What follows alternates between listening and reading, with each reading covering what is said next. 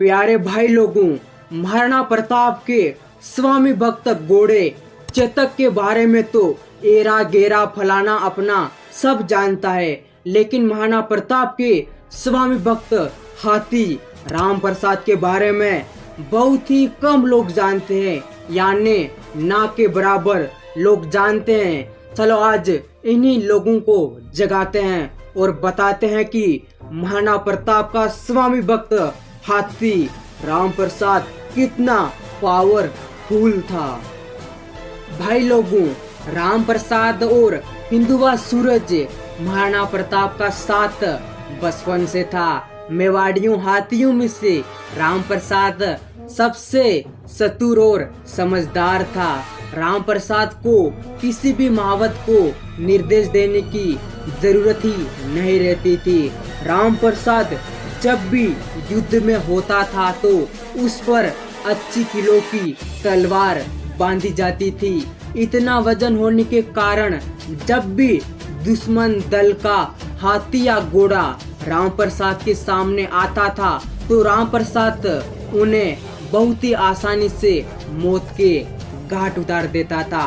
हल्दी घाटी युद्ध में राम प्रसाद ने मुगल सेना के 13 हाथियों को मौत के घाट उतार दिया था। जब तक राम प्रसाद हल्दी घाटी युद्ध में था तब तक दुश्मन दल का कोई भी हाथी आगे नहीं बढ़ पाया था। प्यारे भाई लोगों, हल्दी घाटी का आंखों देखा हाल मुगल दरबार के अधिकारी बदायूनी ने अपनी पुस्तक में लिखा है कि मैंने इस प्रकार का दृश्य पहले कभी नहीं देखा, जब एक हाथी बिना महावत के युद्ध में लड़ रहा है। राम प्रसाद को देखकर ऐसा प्रतीत हो रहा था कि वो हम मुगलों के 100 हाथियों के बराबर अकेला है। भाई लोगों, राम प्रसाद का पराक्रम और समझदारी देखकर हल्दी घाटी में मौजूद मुगल सेना के बड़े बड़े सेनापति राम प्रसाद को जीवित ही कैद करना चाहते थे। उन सेनापतियों ने स्वामी भक्त राम प्रसाद को पकड़ने के लिए 7 हाथियों का चक्रव्यूह तैयार करना पड़ा और प्रत्येक हाथी पर 2-2 महावतों को बिठाना पड़ा। इस प्रकार 7 हाथियों पर 14 महावतों के बैठने के बाद अंत में मुगल सेना राम प्रसाद के पैरों में बेड़ियां डाल पाई।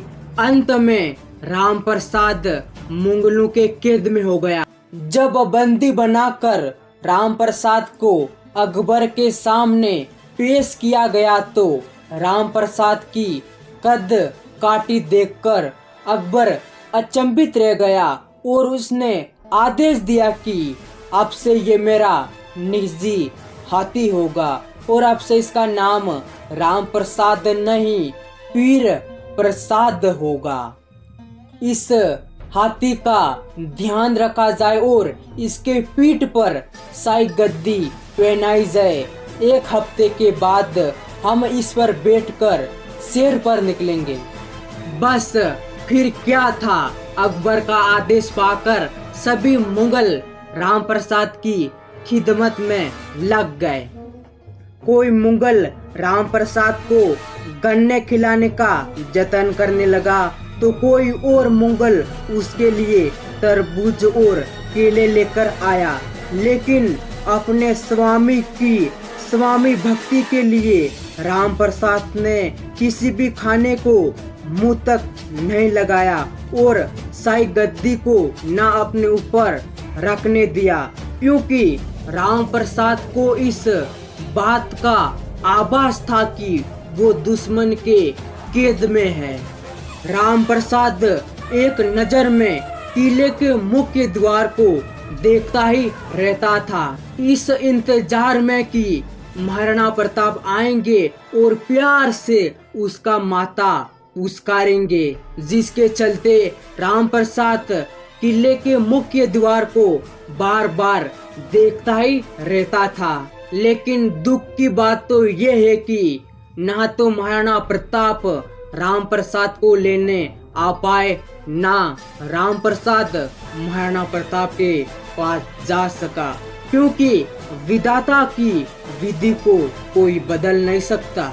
भाई लोगों, जब 3 दिनों तक राम प्रसाद ने कुछ भी नहीं खाया तो अकबर के आदेश के अनुसार राम प्रसाद को जबरदस्ती खाना देने और यातना देने का दौर शुरू हुआ और 18 दिनों की यातनाओं के बाद राम प्रसाद निडाल होकर जमीन पर गिर गया और वक्त पर ही वो वीरगति को प्राप्त हुआ।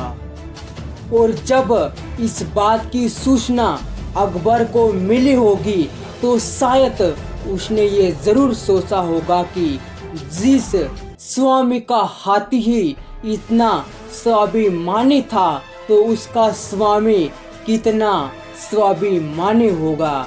और हुआ भी ऐसा ही। अकबर महाराणा प्रताप को कभी गुलाम नहीं बना सका।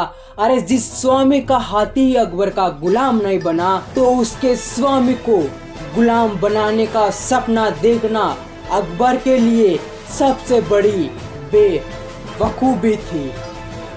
शुरू से लेकर हिंदुस्तान की पावन माटी हम सबको एक बात सिखाती है कि ना तो दूसरों की सरजमी पर अपना कब्जा करना और ना अपनी सरजमी पर दूसरों का कब्जा होने देना।